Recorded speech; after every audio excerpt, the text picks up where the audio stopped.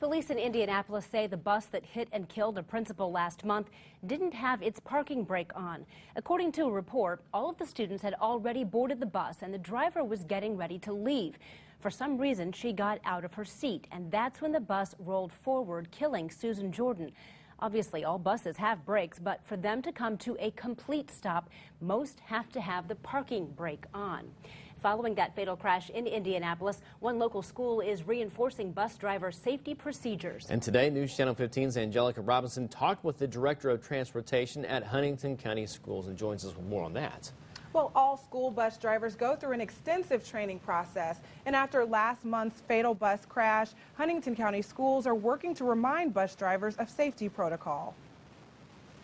Driving a bus is very different than driving a car. Probably the biggest difference is that buses have air brakes. They don't have a park like your normal typical car would have.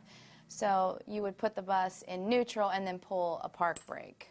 According to the Huntington County School Transportation Director Vanessa Fields, if this little button isn't pressed, a bus could roll forward or backward. That's what happened in Indianapolis. Fields says bus drivers also have to pull the parking brake whenever they pick up a student or drop them off. As you're paying attention and you're watching traffic and you're trying to make sure your students are crossing, if they're crossing the street, that they're doing that appropriately, making sure that their safety is there, it kind of takes the thought off of having to have your foot on the brake by pulling the air brake. The school has a no idling policy in place to ensure the safety of students who are waiting to board the bus after school. We still have an opportunity for an accident to happen, but we cut that significantly by having drivers shut their buses off while they're waiting for students to load. And students are taught to stay out of the danger zone, which is 10 feet away from the bus.